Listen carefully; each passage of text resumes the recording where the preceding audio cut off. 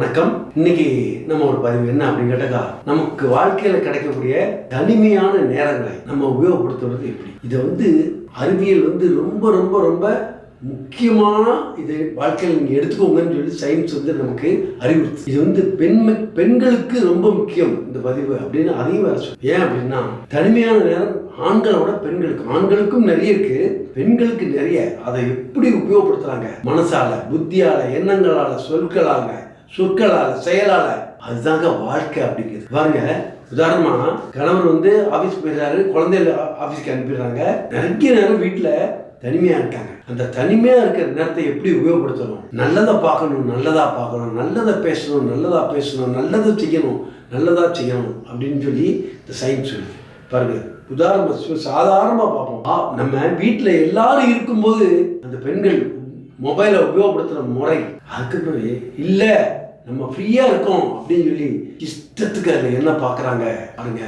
எல்லாரும் இருக்கும் பொழுது டிவியை பெண்கள் பார்க்குற முறை, இல்ல ஆண்கள் பார்க்குற முறை எப்படி பார்க்குறோம், அதுல என்ன பார்க்குறோம் பாருங்க.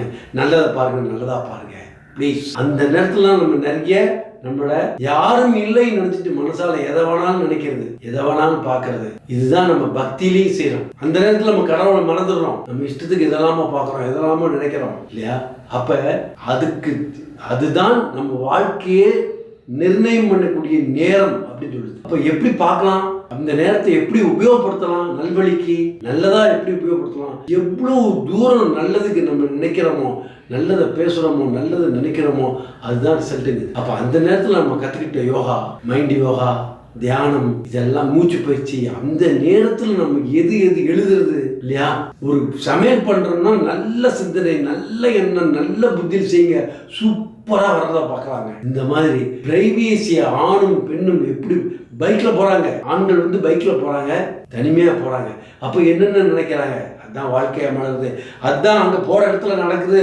தனிமையை உபயோகப்படுத்தி நல்வழியாக உபயோகப்படுத்துவோம், நல்லதாக உபயோகப்படுத்துவோம், நல்லதை பேசுவோம், நல்லதே நினைப்போம், வாழ்க்கையை ஜெயம் பெறுவோம். நன்றி. உங்கள் ஸ்ரீதர்.